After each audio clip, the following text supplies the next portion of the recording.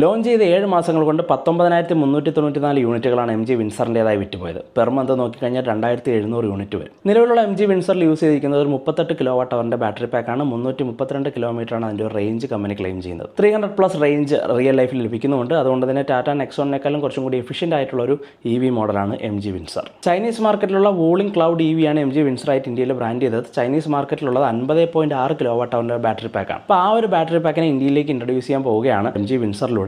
മാത്രമല്ല കുറച്ചും കൂടി ഫീച്ചർ അപ്ഗ്രഡേഷനും ഈ ഒരു മോഡലിന് പ്രതീക്ഷിക്കുന്നുണ്ട്. പ്രത്യേകിച്ചും അഡാസ് സ്യൂട്ട് പോലുള്ള കാര്യങ്ങൾ പുതിയൊരു മോഡലിലേക്ക് അല്ലെങ്കിൽ ഒരു അപ്ഗ്രേഡ് ചെയ്ത് വരുന്ന മോഡലിലേക്ക് ഉണ്ടാവും എന്നാണ് അറിയുന്നത്. അപ്പോൾ ഈ ഒരു 50.6 kWh ബാറ്ററി പാക്കിൽ ക്ലെയിം ചെയ്യുന്നത് 460 കിലോമീറ്റർ റേഞ്ചാണ്. അതുകൊണ്ട് തന്നെ ഏകദേശം ഒരു 430-440 റേഞ്ച് നമുക്ക് റിയൽ ലൈഫിൽ ലഭിക്കും എന്ന് പ്രതീക്ഷിക്കാം. നിലവിലുള്ള 136 horse power, 200 Nm torque power figures അതേപടി നിലനിർത്തും എന്ന് തന്നെയാണ് അറിയുന്നത്. നിലവിലുള്ള മോഡലിന് 14 ലക്ഷം മുതൽ 16 ലക്ഷം വരെയാണ് അതിൻ്റെ ഒരു പ്രൈസ് റേഞ്ച് വരുന്നത്. അപ്പോൾ പുതിയൊരു ബാറ്ററി പാക്കും അതേപോലെ തന്നെ അഡാസ് ഫീച്ചേഴ്സൊക്കെ വരികയാണെങ്കിൽ 20 ലക്ഷത്തോടടുപ്പിച്ച് അതിൻ്റെ ഒരു പ്രൈസ് ഉണ്ടാവും എന്ന് നമുക്ക് പ്രതീക്ഷിക്കാം.